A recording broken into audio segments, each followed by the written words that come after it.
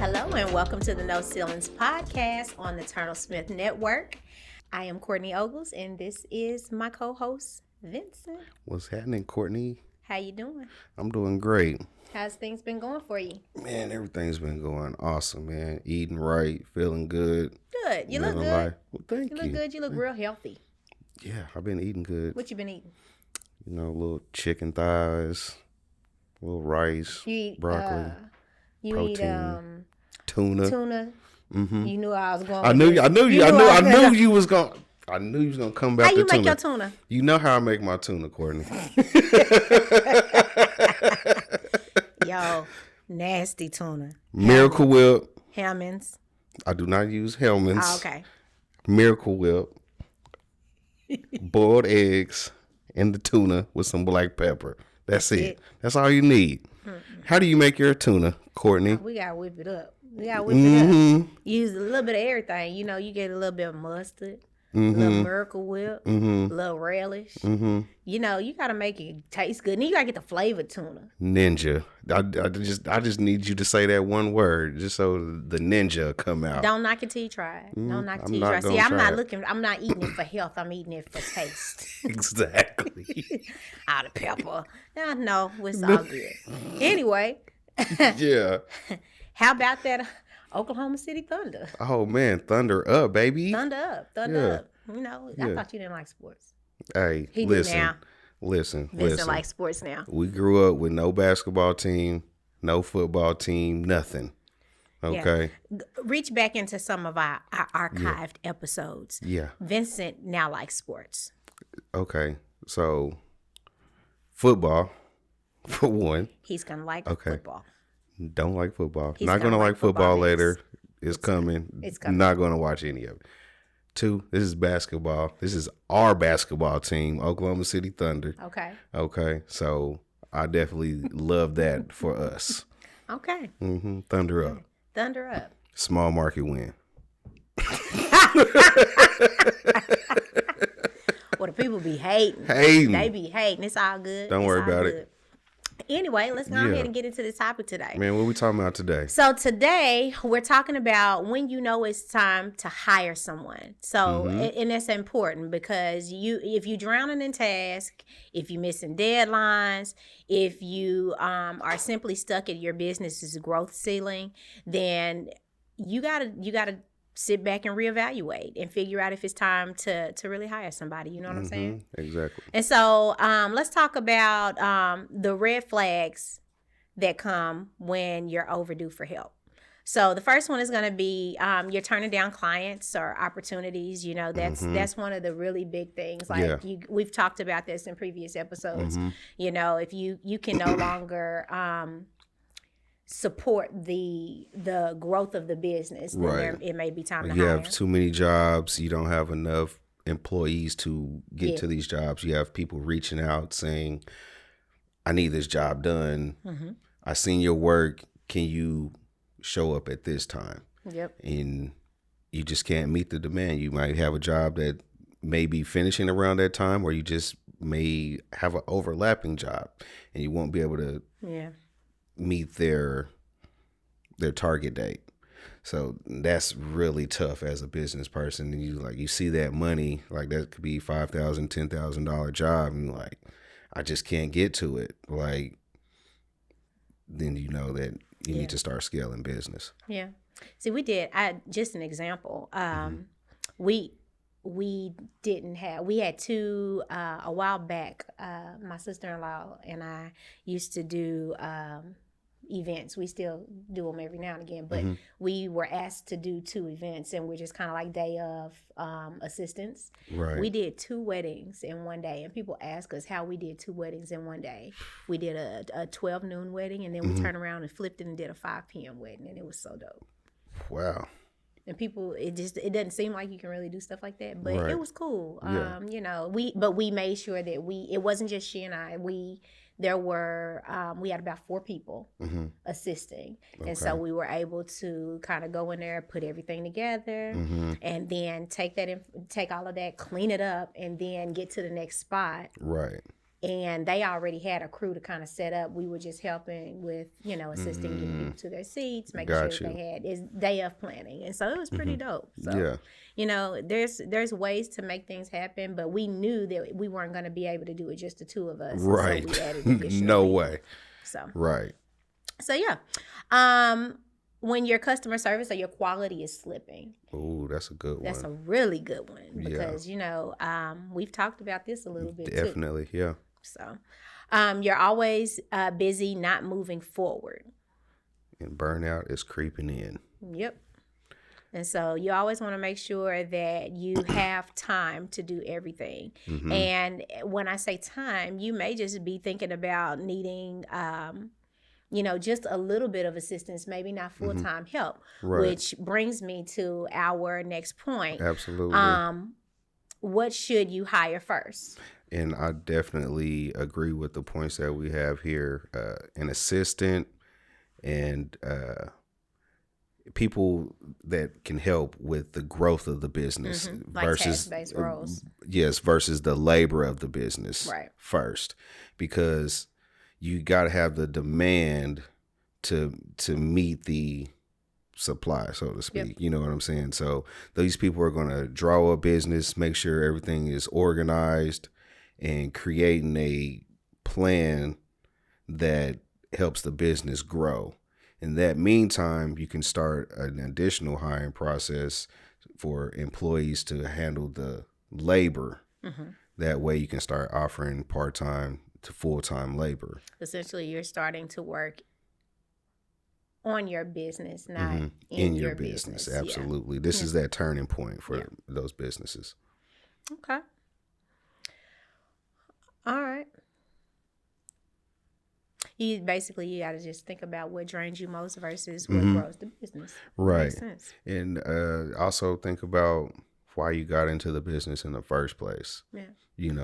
Did you get into it just to sustain your daily lifestyle, or did you see it going further than that to where you can offer lifestyles to other folks? Most people have big dreams, you know what I'm saying? And it starts out small and then it just grows, you know what I'm saying?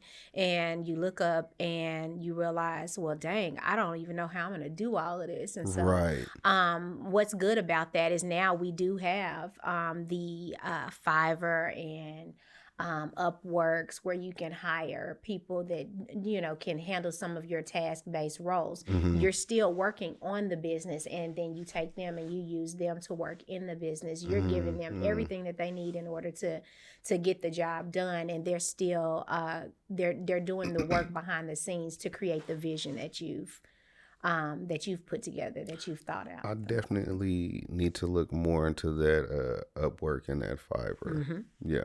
I've been on there and I've looked at a few different things. I realized that there are a lot of different things that they have available.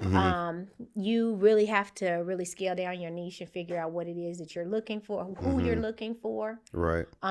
Or if you're on the other side of it and you're offering services. Right. Both ways. I've looked at it both ways. It's been years and years ago that I did it. And I'll be honest, in 2025, I don't know what that looks like right now. But I love Fiverr and Upscale. If you just need like little stuff done, because then you can pay them by the job and not necessarily have them on your payroll. Right. Because I find myself spreading myself like super thin with mundane tasks. Yeah. That I feel like if I delegated those tasks, then I would optimize my time doing other tasks that I feel are much more needed. Yeah. Because even with just like the things like even at home stuff, like cleaning the house, like, I'm a single dad and kids aren't the most responsible about cleaning unless like you're just on them from their 2 years old about cleaning the house. You know what I'm saying? So I need a maid. I have to have somebody to come in and... Vincent needs a maid. I need a maid. And then when it comes to business tasks, like I need to make sure that tasks are organized and I'm hitting those times. So I need some kind of assistance with those tasks. So I feel like I need to hire an assistant first, and then a sales manager next. Vincent needs an assistant and a maid. You are hilarious. I'm just saying. I'm just putting it out there. Just putting it out there. Hey, I'm taking applications. drop your resume in the comments. I'm just saying. Right. But no, I completely understand. It does begin to become a lot. You know what I'm saying? That's when the burnout gets to creeping in, and like, you know, your lifestyle and your customer service and everything else starts to take a downfall. But before you do that, you could create a project management plan for, you know, the tasks that you need at home. And maybe you could assign those out to the children. Yes, you may have to stay on them, but you may not quite need a maid just yet. Personal assistant? Yes. I need a maid. Okay. He needs a maid. Yeah.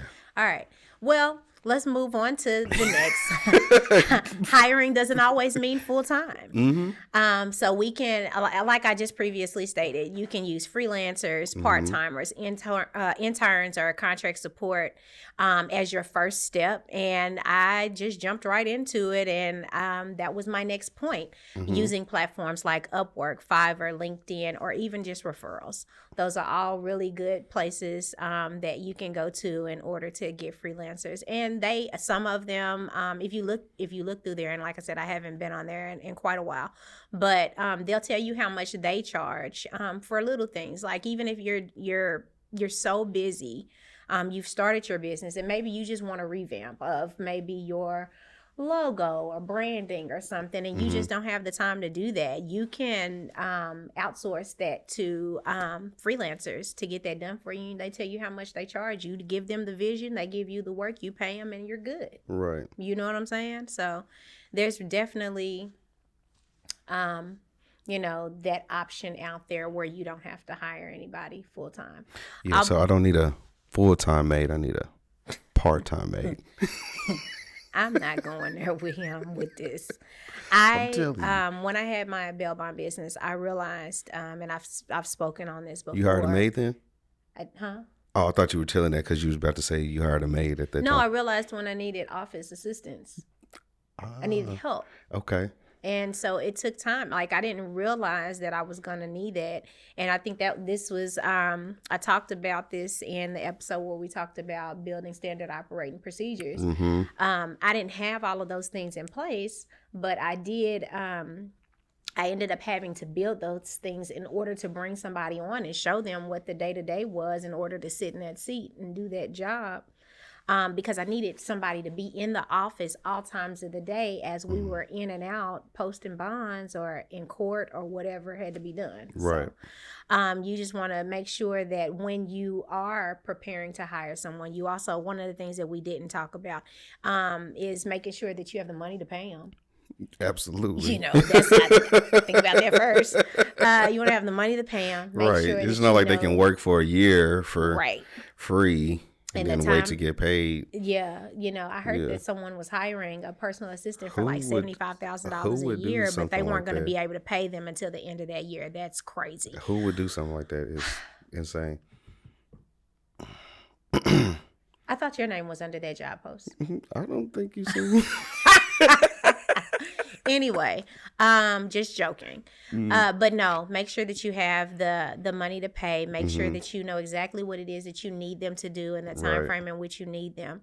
And then when you're looking for people, another thing that is really important to me is if you only need somebody for part-time or you need, you know, you're needing to just do like contract work, make sure that you sit down and really talk to them about that, because people aren't just working for, you know, just chump change. People need jobs and they're paying bills, real bills out here. And so you want to make sure that you set the expectation so that they know that, you know, this is only going to be a couple of hours a week, and they can say, okay, yes, this works for me because I also have another part-time job over here, and the combination of the two supports what I need. Absolutely. You know.